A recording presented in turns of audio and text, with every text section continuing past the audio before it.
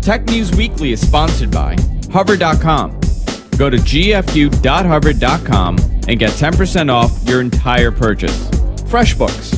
FreshBooks is an easy-to-use online invoicing service that saves you time, gets you paid faster, and makes you look professional. Get started completely for free at FreshBooks.com. And by Audible.com. Get a free audiobook by going to audiblepodcast.com/GFQ.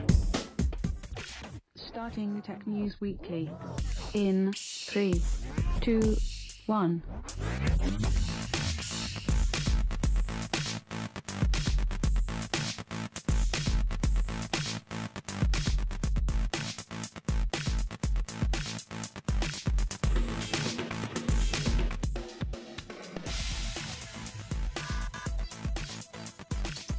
Welcome, everybody, to Tech News Weekly. This is your weekly source for everything that happened in technology in the week, in the 2 weeks, anything that we missed, pretty much. That's a major story we will cover on this show. I'm Andrew Zarian. I'm joined by Suncast, as I am almost every other week now. How you doing, Suncast? I'm doing great. How about yourself? Great, great. Your video looks good. I got Cool. I fixed your issue now. You're doing it all wrong. I am doing You're holding it it wrong. wrong. You got to do it right. Well, you know, Spencer has the same thing. It seems like Skype doesn't like to be pulled up and down, left and right. So interesting. It's the whole Steve Jobs. You're holding it wrong. You're issue. holding it wrong. A lot of news this week. More than I guessed there would be. I want to start off with something big, and that's the major US ISP agreement. Come on, get your acronym straight here. I know. Major USB ISPs in the data bus. So pretty much the major ISP providers in the United States. Let's go with AT&T, Verizon, Comcast, Cablevision, Time Warner. Those are pretty much the big ones, right? Yes. Yeah. So Comcast, Cablevision, so all of those. They have a agreement with the RIAA and MPAA to fight piracy with a 6 strikes and you're out enforcement plan. This sounds a great. little silly. It is. I read a little bit into this, and I think there's so many issues with these things. First of all, it's the RIAA and the MPAA. We all know how notorious these organizations are at going after people who are completely innocent or who really have not done all that much wrong. Yeah. Going after them for exorbitant fees. Well, who are they charging going somebody after? $150,000 just for downloading 5 songs off the internet. Yeah. Well, they're going after, soccer moms, and not every case, but these are the stories that are out there. Soccer moms and teenagers and grandma, and even cases where people have been stealing your bandwidth from an open Wi-Fi access point or whatever the case may be, and they're downloading all this stuff, and other people are getting charged with this. So their new tactic is get the ISPs involved. That's what they've wanted from day one, right? They want the ISP to say, who is this IP address? Who does this belong to? Who's this person? But the ISPs are not going to do that. They're not going to give your information away. What they're going to do is issue alerts and let you know what's going on. So it's going to have 6 strikes.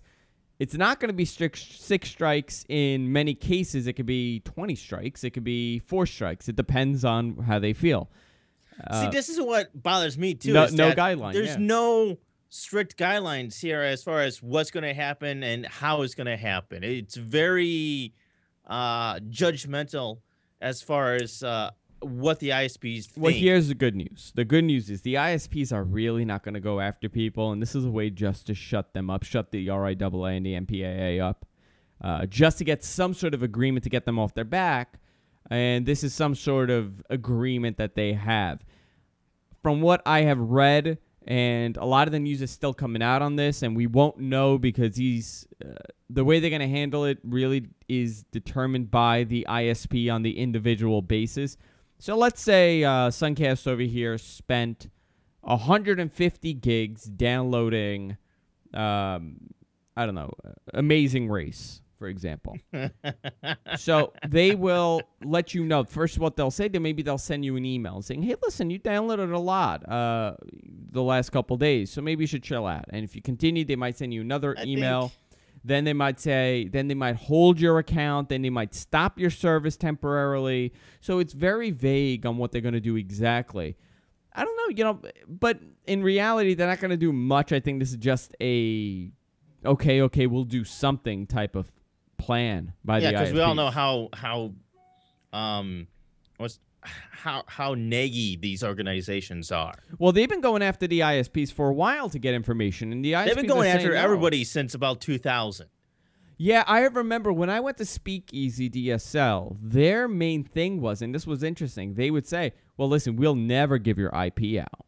We'll never give your information out just to cater to a certain group of internet user. And it was interesting because their core was a gaming hardcore user, and that was their tactic. They would say, listen, we'll never give your information out like Verizon and Time Warner and AT&T might.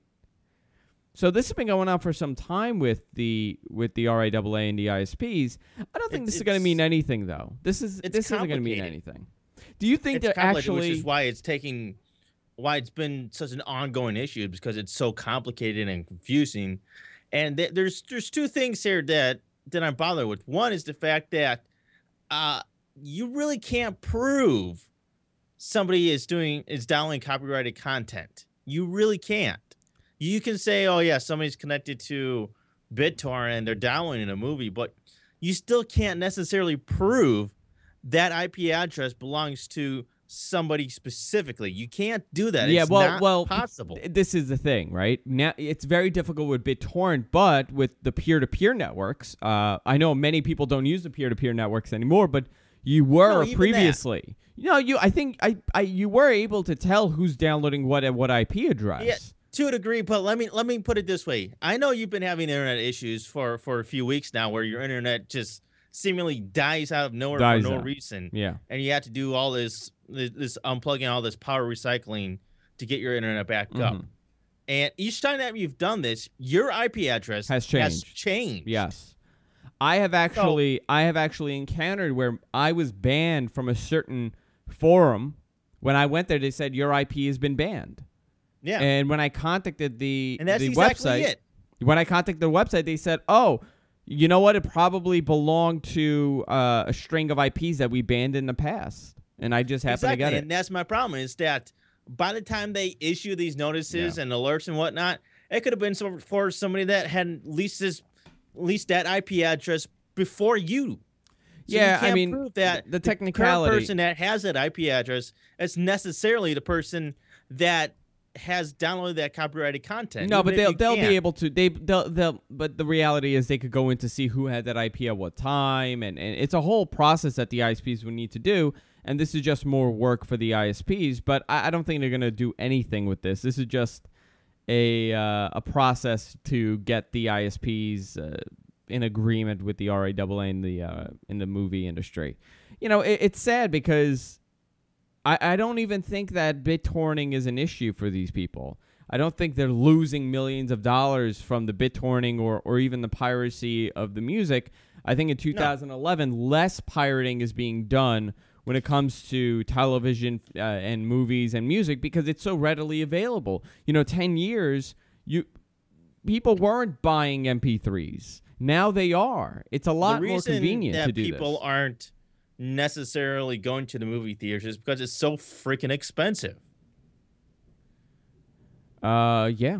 Well, I don't know how they're going to battle that. They're doing a lot better, actually, the movie industry and the music industry. It makes more sense to, in a sense, in this economy, to pirate a movie because it's so much more economical versus going to a movie theater and seeing it in the theater, because it's going to cost you, $30 just but for here's two my people point. to go see the movie. The person who's pirating the movie and the person that's going to sit there and watch that movie on a tiny laptop or a 20-inch screen was not going to go to the movies.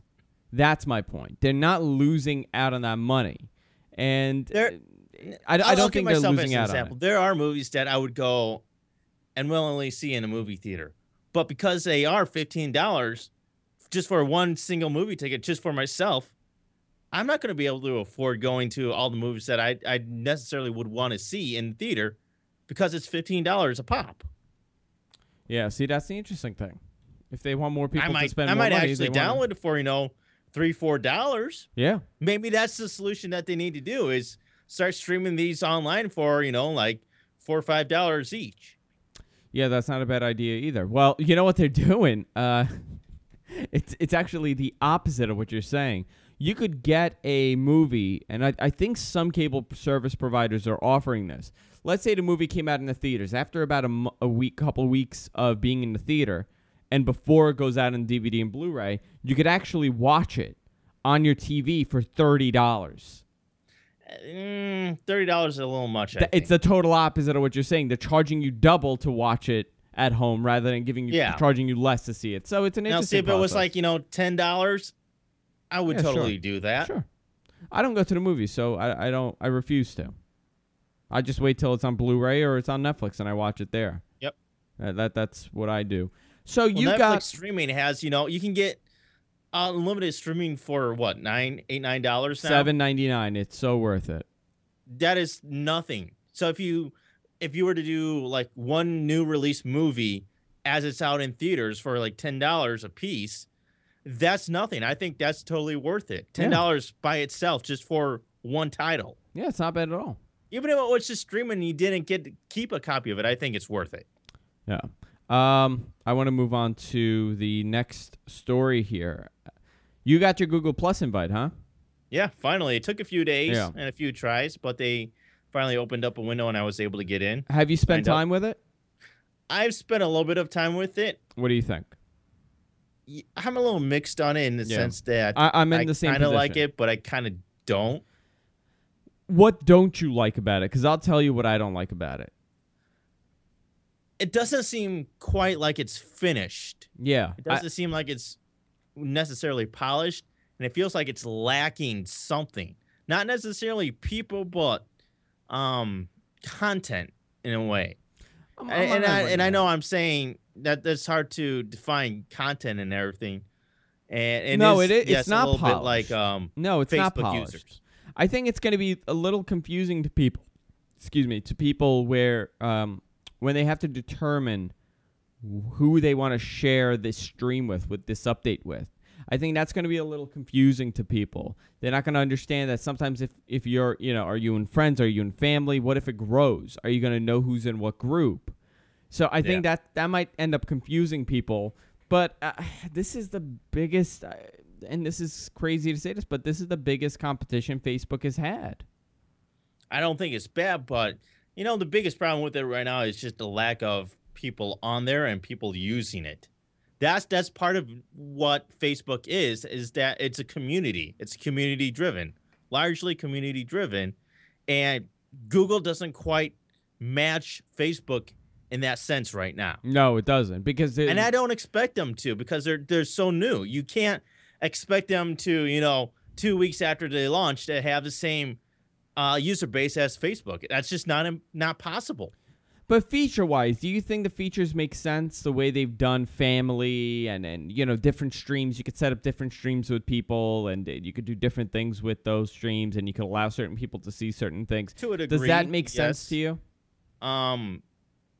I don't like having to put people in baskets. And yeah, you can put your friends in more than one circle, but at the same time, I almost want to be able to just choose out of the list of my people who's going to get my update. Yeah. I don't want to necessarily be stuck with circles, I want to actually individually select which people I want to post an update to. Yeah, it seems like when you do that, it creates a circle for that person.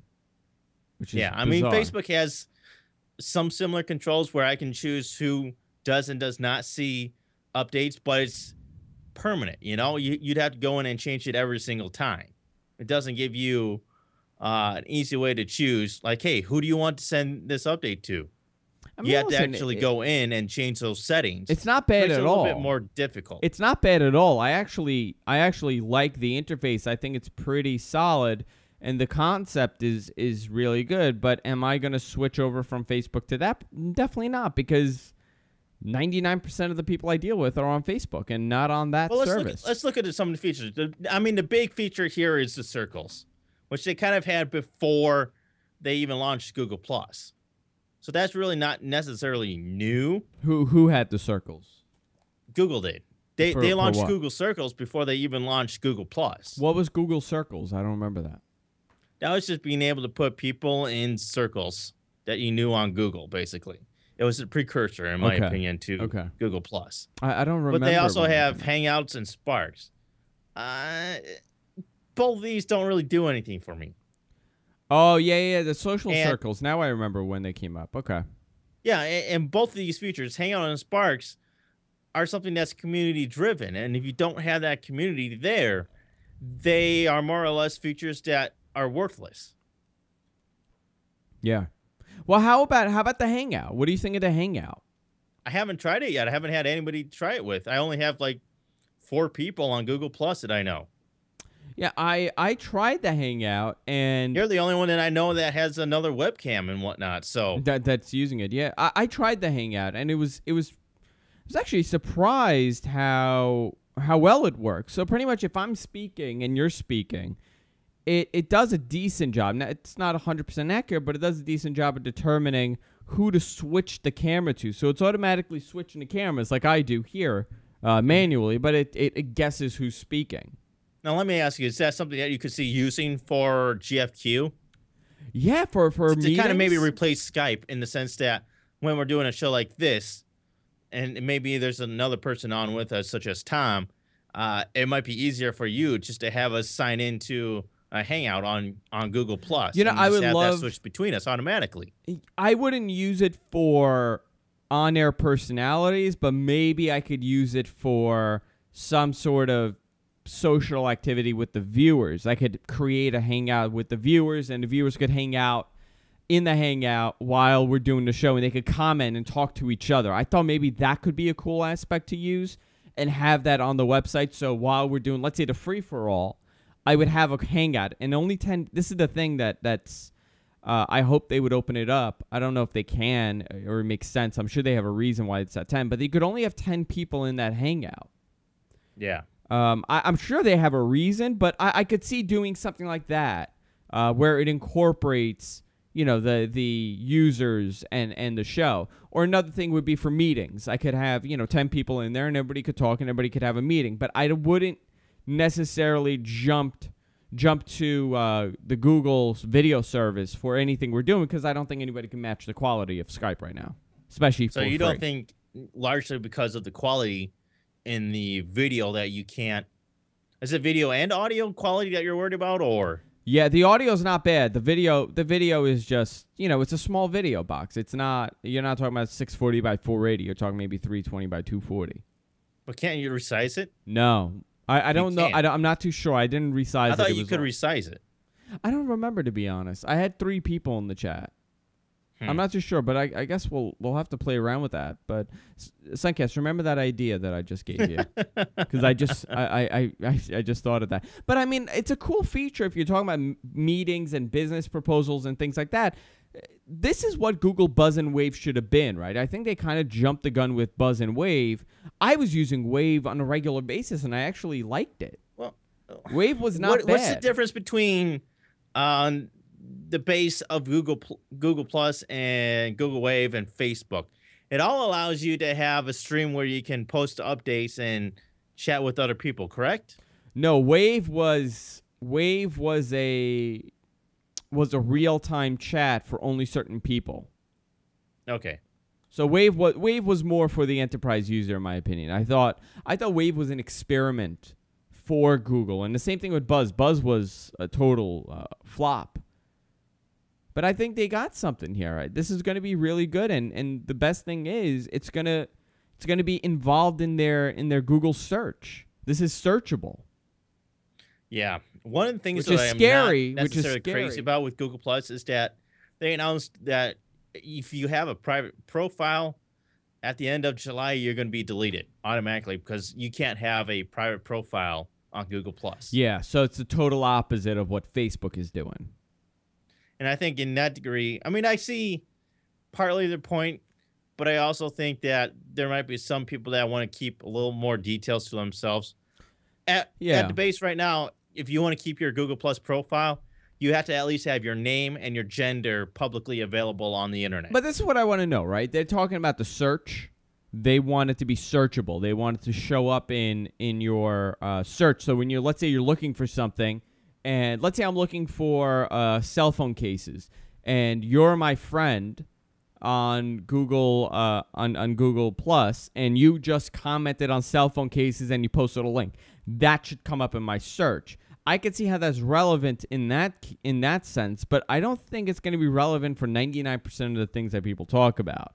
So they might be this might be their way of saying, well, we're going to cater towards an intelligent group of people online. I don't know. It's interesting. I'm curious to see where it goes. Where do they take Google Plus now? You know, they're growing the population, but what else can they do to compete with Facebook? I'm curious to see how fast they hit that 100 million mark, because Facebook is at 750 million right now, which is an astronomical number. I mean, it's unreal when you think of how many people are on the service. It's almost scary.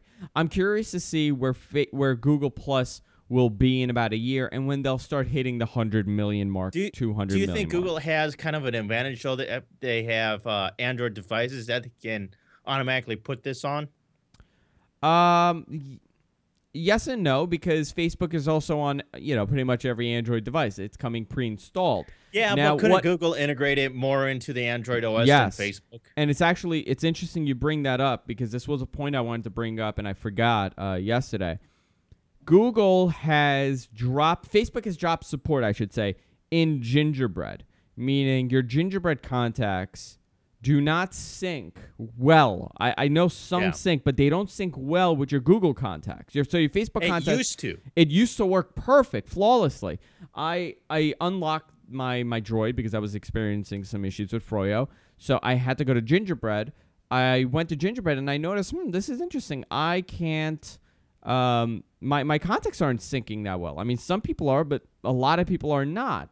I thought maybe it was an issue with the ROM that I installed, maybe because it's an unlocked version, it's rooted, maybe. I mean, that could definitely do it, but I do know someone with Gingerbread, and the contact list does not sync up properly. The only way they get it to sync up properly if they're using the HTC Sense UI with Facebook integration. That way it works, but if you're going based on just Facebook integration with your contacts and Google integration, does not work great.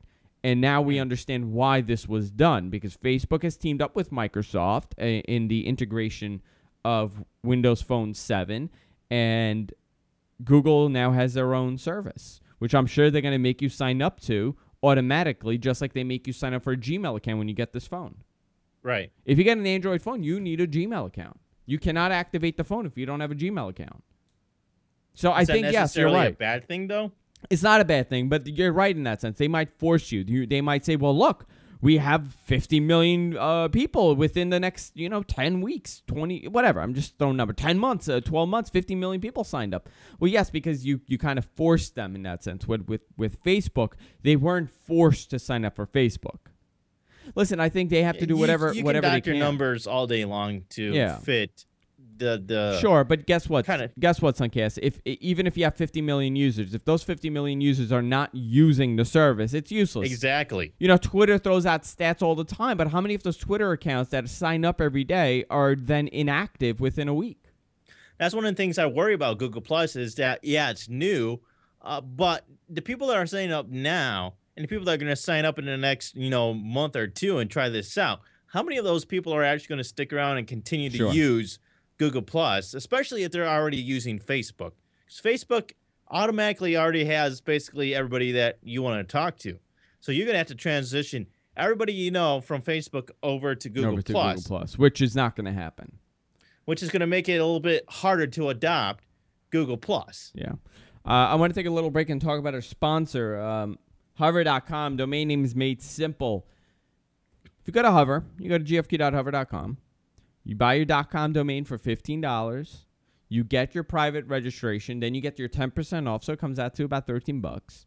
And you're done. That's it. No hassle. No upsell. If you want to call them and buy it on the phone, there's no hold time. With those other guys, you're going to get that upsell. You're going to get a pop-up message that says you need private registration. What if you need business registration? By the end of that transaction, you're up to $32. With Hover, that doesn't exist. It's already included in the price of the .com or .net domain, whatever you're buying.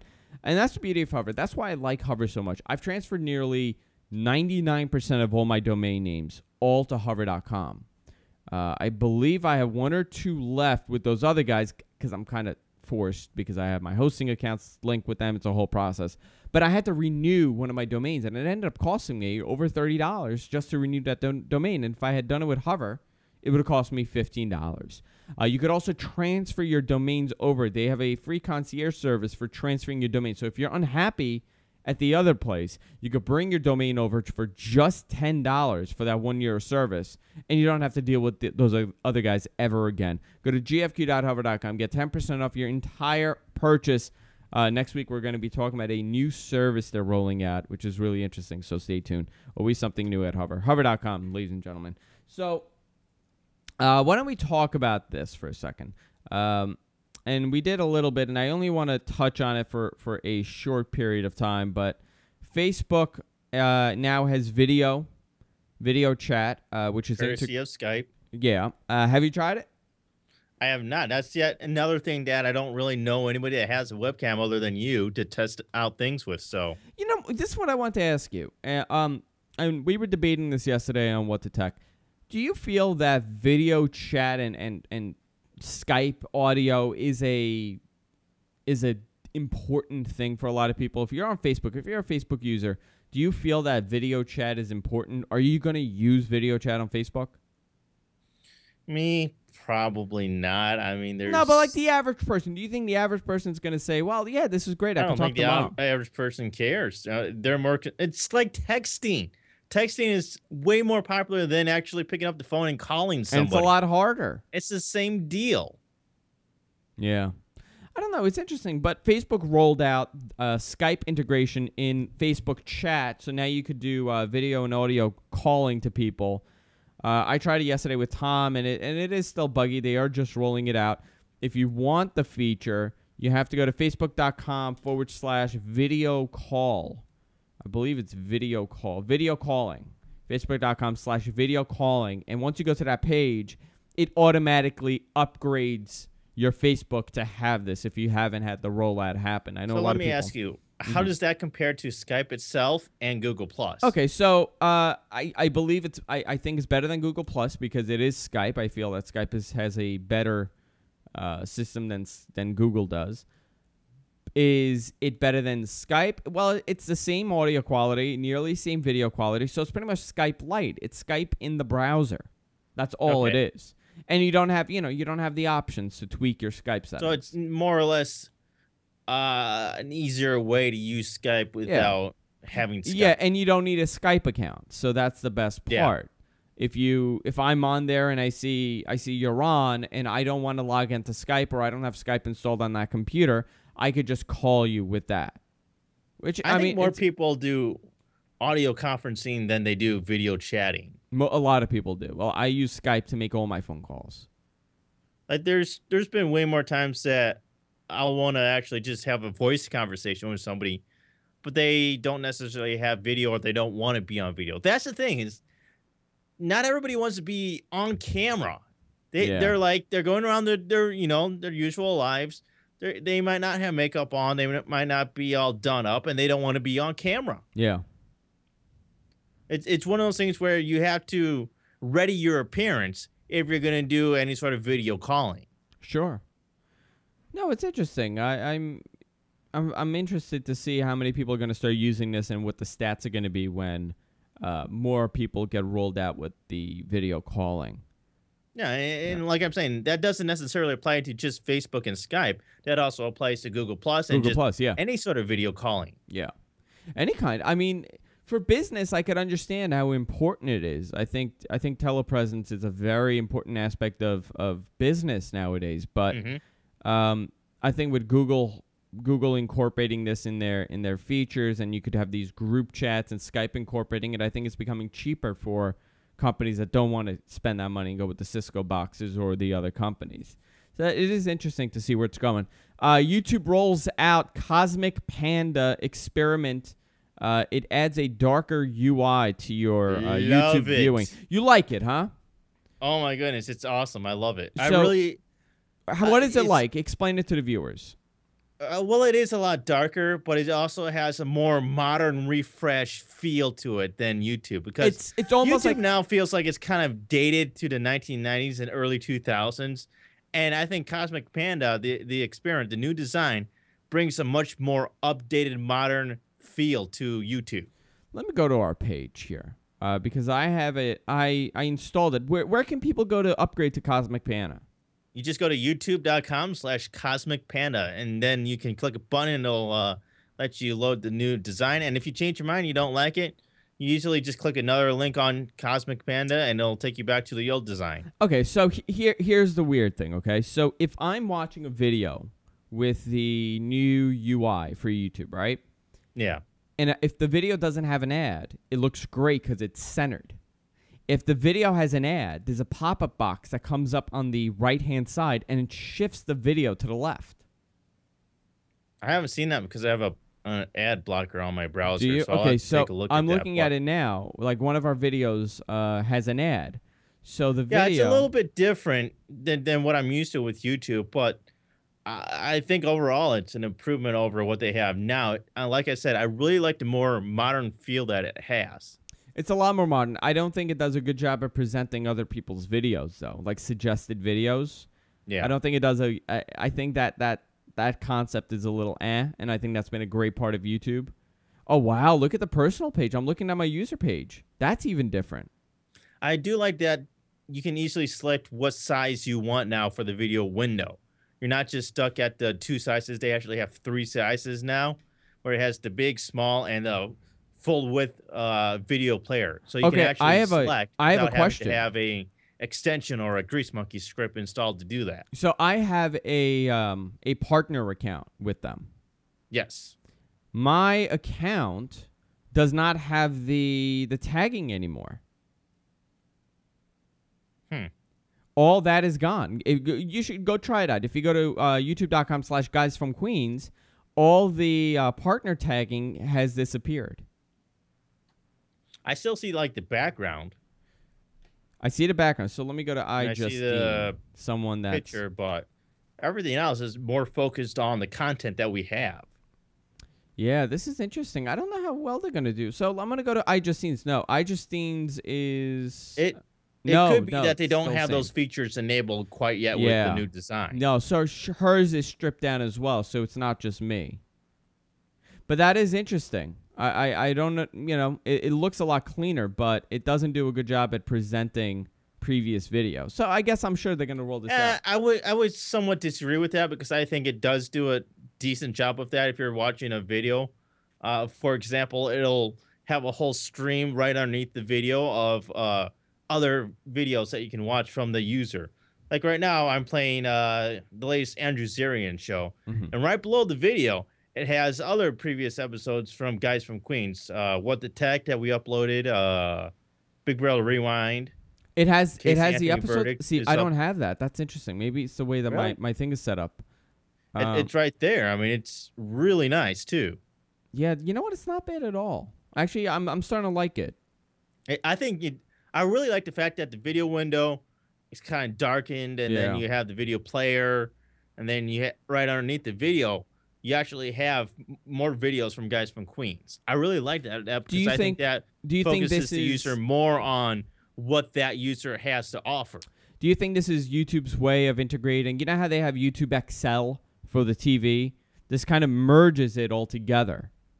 It might be simplifying the code to that's what it seems like to me. Get in more line with their products that they have now. Because let's face it, YouTube's been around for a long time now, and they could stand to do from a new refresh to be brought up to more modern designs and code, I think.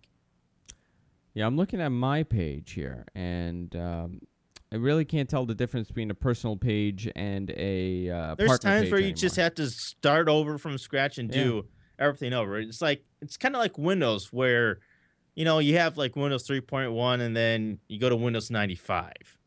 Sometimes you just got to start all over again to get somewhere new.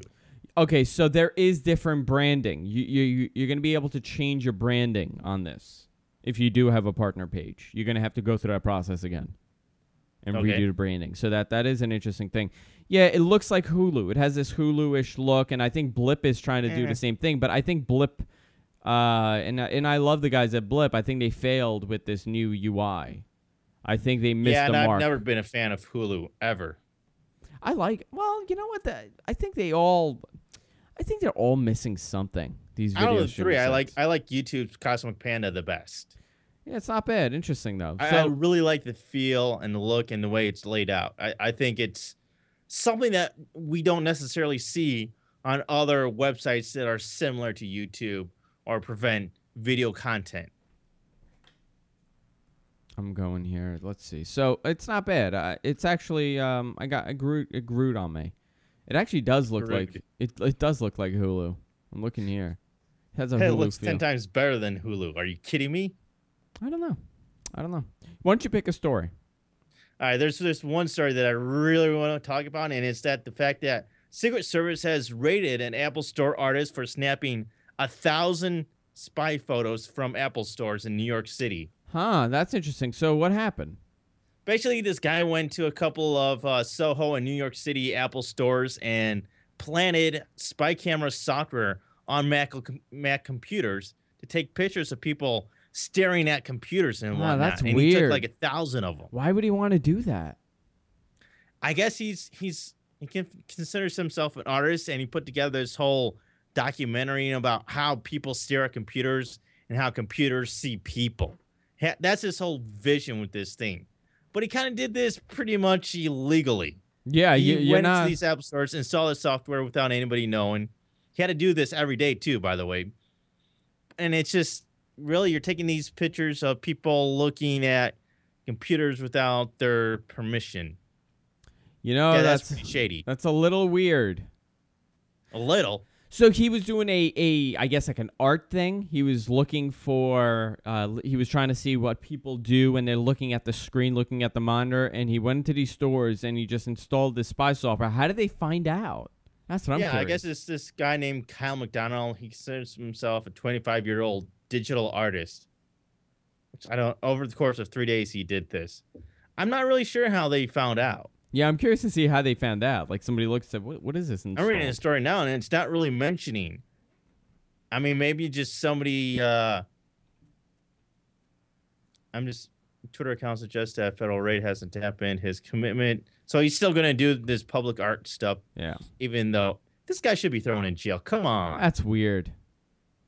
I don't know. How is that any different than installing software on somebody's laptop in their home?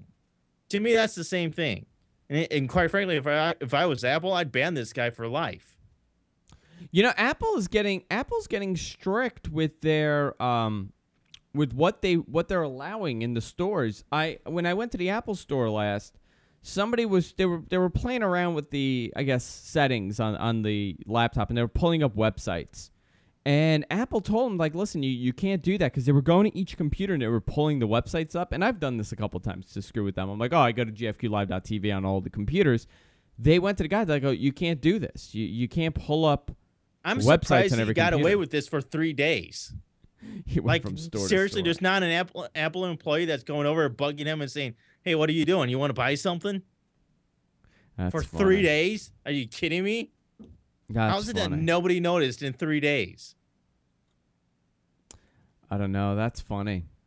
Well, I guess he went to so many different stores, right? How many stores did he go to? He only went to 2. I think the one in Soho and the one in New York City. Wow, that's a dummy. I don't know. People get. And all it's weird because this article says that he had to go back every single day to reinstall the software. So he was there every day installing the software for 3 days. Nobody notices him. That's weird. I guess maybe that's how they finally caught him. Hey, what are you doing? You want to buy something? Seriously? It's flabbergasting. Really, it is. It's like, to me, this guy ought to be charged with some sort of crime. How is this not a crime? To go and I wonder, because in order to do whatever he's doing with them, isn't that hacking or exploiting a computer? Isn't that tampering with somebody else's computer? He doesn't own those computers. Apple does. Yeah. So what is that? That's weird. That's so I can't weird. believe that they're not charging this guy with something. I really am. I wonder because that is exploiting the computer And people and people. without their permission. I guess people don't care. They I don't would. care. Yeah. I'm like, you're doing that without my permission? No way. I'm still looking at the branding for the new YouTube page. They've changed a lot on there, actually. They've changed a ton of stuff. You know what I'm wondering? Maybe we'll finally get YouTube Live. And Jessica had to do something for school, and it was for Web 2.0. And they said, what does Web 2.0 mean? What is the difference between Web 2.0 and 1.0? It's a marketing term. And that's what they go, you have to explain what Web 2.0 is compared to 1.0. And I said, well, there's no term, there's no specific criteria that Web 2.0 is. It's just a term that was coined a couple of years ago. And I don't think the professor knows that. I think the professor actually thinks it's like a new phone. Like there's Droid 1 and Droid 2. I think that's what he was looking for. So she explained like the best she could, but it was very interesting how they were perceiving it. And I said, well, YouTube is a perfect example of what Web 2.0 is. The fact that you could distribute your content on this site. And before YouTube, where were you getting these videos from? Do you remember where you would go to find these stupid videos? There were a few other small niche sites out there. E-Bombs World was kind of like one of them. But I mean, nothing disorganized before YouTube. No, I mean there's sites similar out there, but nothing to the grandeur scale that YouTube is. Yeah, and one of the things, YouTube was brought up, and they said, well, what do you think of? What is your opinion on YouTube taking over for piracy? YouTube beat piracy. I'm like, YouTube had nothing to do with piracy. I mean, a small portion of the users. What does it have to do with piracy? Period. I think he thinks that people actually, like, you go to YouTube to watch movies, and I know you can. I know people illegally upload videos, but YouTube is pretty vigilant at taking that stuff down. I don't think the professor knows. And I said, well, you know what you should do before you answer this? Ask him what he thinks is on YouTube. Because he's an older guy and he probably doesn't use YouTube. He probably thinks people go on YouTube, kids go on YouTube, and they watch full movies. That's ridiculous. And I was curious to see what he thinks on that. He doesn't. If that's what he believes, then he has no idea what YouTube is. He has no clue. But I'm sure that's something that he thinks, because the questioning was a little funny. Yeah. It was a little weird. I'll go into one more story, and then we'll do our picks of the week. What do you think? Okay, let's go into, let's see. I have a good pick this week. So let's go into this whole issue with this British tabloid. Yeah, News of the World that got shut down for allegedly hacking into celebrities and other notable famous figures' phones. Murder victims. Their voicemail. A murder victim. They've been around for about 186 years. A very well-known tabloid in the UK. Owned by Rupert Murdoch of Fox News. Murdoch owns it. I have a whole theory on why they closed it. So pretty much the story is, and please correct me if I'm wrong because I don't have the story in front of me. They were caught into hacking government officials, and they have very brutal and blunt ways of getting information, and it was quite unethical the ways they were getting all this information. Pretty much social engineering like we've heard of so many times before. And they finally got caught, and Murdoch shut the thing down. What they would do is they would call up voicemail providers and the carriers pretending to be the victim and trying to give them information, and they were listening for information from them. Like usually when you call in these things, you have to give some sort of like maiden name or social security number, and sometimes they don't always check these things, so you just have to be convincing enough to get the person on the other end of the phone to believe you. And Thomas brought it up quite a few times. He went to DEF CON last year, and they were talking about how social engineering is pretty much one of the main ways that people get your information. They're able to hack you.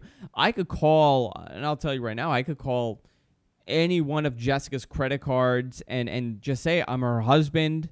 I know she lives here, and I don't really have to give any specific information, anything that the public wouldn't know. And you know what? If you're persistent enough, they'll give it to you.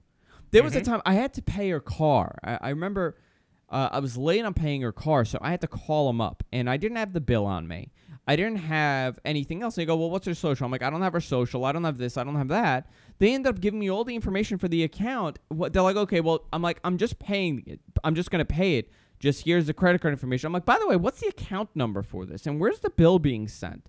Just to see if they would give me the information. And they gave it to me. And that could have been anybody. You know, so I know some companies are really good with this, but there are a lot of people that are not good with it. So this tabloid was using tactics like this to get information for their magazine. Well, they came under a lot of criticism the last week or two, and they shut down. They're done. 186 years old. Here's the problem with social engineering is that it relies on human beings being human. We aren't perfect. We can't be perfect. It's an exploit that they can take advantage of human beings, period. And there's just not a whole lot you can necessarily do to prevent it because we're all human. We're just not perfect. Now, do you want to know my theory on this? Sure, why not? I think Murdoch closed the magazine. He shut down the magazine because he's in the process of acquiring another media distribution method. I forgot what it is, what he's buying. Please, somebody tell me if you're in the UK, because I'm looking at it right now. I'm trying to find it. He's getting approval by the British government about this for this acquisition, and I think he did this to kind of speed it up, and so there aren't any hiccups in the process. But that might have been the main reason, or the magazine just wasn't making money. You know, to shut down a magazine. I'm not necessarily sure that the magazine should have shuttered for this. I think it was but you a know really what? bad move on their part. But you know what? To shut down a magazine, shutting their doors over it. To shut a magazine that fast, that has 186 years of history and has 200 employees, there has to be a bigger reason than what they're saying. And the odds are it probably wasn't making a lot of money. They might have been even losing money in this. And they just said, okay, this is a great excuse. Let's just shut the door. I think that's what happened. I mean, as a business, you won't shut down something that's really profitable. Yeah. I mean, it could have been a way for him to get out of it. Yeah, and they've been under a lot of criticism for years. Since it was almost like he was looking for an excuse to dump the tabloid. Sure. That's what I think. It's really what I think. But it's interesting. It's very plausible. Yeah. Very, very interesting, though. We're going to see more of these things happen over the next couple of years. I mean, this is the number one way that people are getting information. They're hacking and they're like I finding said, it. we're all and infallible. You know what? I mean, there's not much you can do about it. And the way that to those things. and the way that the tabloids are done in the UK, and we think our tabloids and the way that we do journalism, dirty journalism, is bad here. It's 20 times worse over there in the UK. They have a really, really I don't know, I would consider it an unethical way of doing journalism. I mean, we're responsible too here, but we saw a lot of the scrutiny for the first time when the Princess Diana crash happened, and we saw how they were behaving and what they were doing, and this just shows you it's years and years of unethical ways of getting your information, and we do it here too. So maybe this will be a call for civility. Yeah, unfortunately it won't though. Why don't we do our picks of the week? How about that? Why don't you go first? Sure, let's do that. You want to go first this time? You know what? Yeah, I'll go first this time. So I am going to pick. Let me just get this going here. Do you want me to go first then? No, you know what? I will go first. Let me just load this. So my pick of the week is Words with Friends. Oh, of course. I'm picking Words with Friends. Here it is. I absolutely love this game. It's Scrabble. That's all it is. And I've noticed that a lot of people are playing it, and it's compatible on pretty much every platform. iOS, Android. I don't know about BlackBerry, and I'm not too sure about... I don't think it's on BlackBerry. It's not. Okay, so I'm not too sure what other platform, but it is on the two big ones. It is on iOS, and it is on Android. I'm playing it on my iPad, and it looks beautiful in HD. It's about $2.99 for the iPad app, but on Android, it's totally free. You just have ads in there. So it's actually really, really easy to play. It's simple. It's Scrabble. That's all it is. But a lot of people are playing this, and it's a lot of fun I'm playing 5 separate games at the same time right now. Right now I'm playing with Coco's sister. I'm playing with Coco. I'm playing with Jess. I'm playing with our viewer Cool Teacher. So this is what I do. And sometimes the games are about 3 weeks long because I take my time. And sometimes I play a game in a week. So it depends. But it's a lot of fun. And I haven't done a game in a while. And it's, it's educational. You learn. Scrabble taken to the next generation. Yeah, so it's Words with Friends. And Danny, I just want to let you know, Danny, our intern, is the biggest cheater in the world, and he comes up with words that I guarantee you he's never heard of. Calling the kettle black? I do not cheat at Scrabble, but I just want to say he's a major cheater, and I'm calling him out live on the air. Danny, you're a cheater. What's your pick, Suncast? My pick is a program called Drop It, and let me explain this. I'm a procrastinator, and I don't necessarily organize my files as best as I should. My desktop is cluttered. My desktop has a resolution of 1280 by 1024, and really, it's full I would of imagine icons. I would imagine you have a really clean desktop. No, really, no, I'm so like. Give me an idea. disorganized How in the sense many? that I'll just throw anything and everything on my desktop that I want to. What I normally do is I'll keep files on there that I want to go back to. Okay. It's kind of like my most recent files kind of deal. And I'm not always the best at organizing it. And then, procrastination sets in, and I never really organize these files that I'm no longer needing as recently as before. But there's this program called Drop It. It basically just sits on your desktop like any other icon, and you can drag all your other files that you have on your desktop. Yeah. Just drag it over to the icon, and it'll actually sort these into folders for you. So you can set rules to move, copy, compress, extract, rename, open, delete, and exclude. You can do all sorts of things with this. You can say you have a bunch of files with the name Project 01 in it. You drag all those files to Drop It, and you have a rule that says any file that has the word Project 01 in it, put it in a folder called Project 01. Oh, wow, it'll that's automatically great. do that for you. That's it's almost like the MP3 sorters, right? Something like that, but for files. Yeah, and you can process files and folders. You can do it manually. You can do it automatically with folder monitoring. You can filter files by name, extension, location, size, and or date.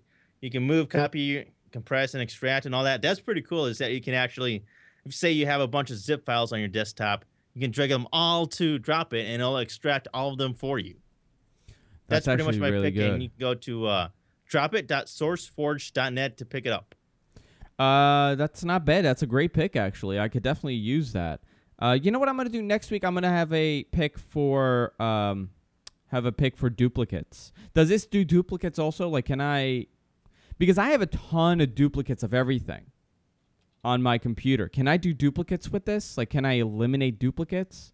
I'm not sure. It doesn't necessarily say anything specifically about duplicates on here, but I imagine it might be able to do that. I'm not 100% sure, though. Yeah, this is a really cool app. I like this. So it's Drop It. Dropit.sourceforge.net to get it. Suncast, I want to thank you for joining me on Tech News Weekly here on the GFQ Network. You could find all our shows at gfqnetwork.com. You can subscribe to us on iTunes, and I urge you to. You could also watch us on the website, all audio and videos on iTunes, on the Zune, on pretty much everything you could imagine. Also, we broadcast live each and every week with Tech News Weekly on gfqlive.tv. So if you want to watch live, you want to interact with us, you want to join the chat room, we have about 118 people on Stickam and quite a few people on the other services and the audio feed. So you can listen pretty much everywhere. Also, you can listen to us on the go thanks to the great people at Stitcher Radio. The Stitcher Radio app is the official mobile app for the GFQ Network. You can listen to all our shows on demand, or you can listen to us live on the Stitcher Radio app because we're constantly 24 hours a day, 7 days a week. We're broadcasting live on Stitcher. So we're pretty much everywhere you can imagine, and a lot more things coming up in next couple months. September, we're going to do a huge repackaging of sorts here at the network. But Cool. Until then, we will see you all next week. Good night, everybody.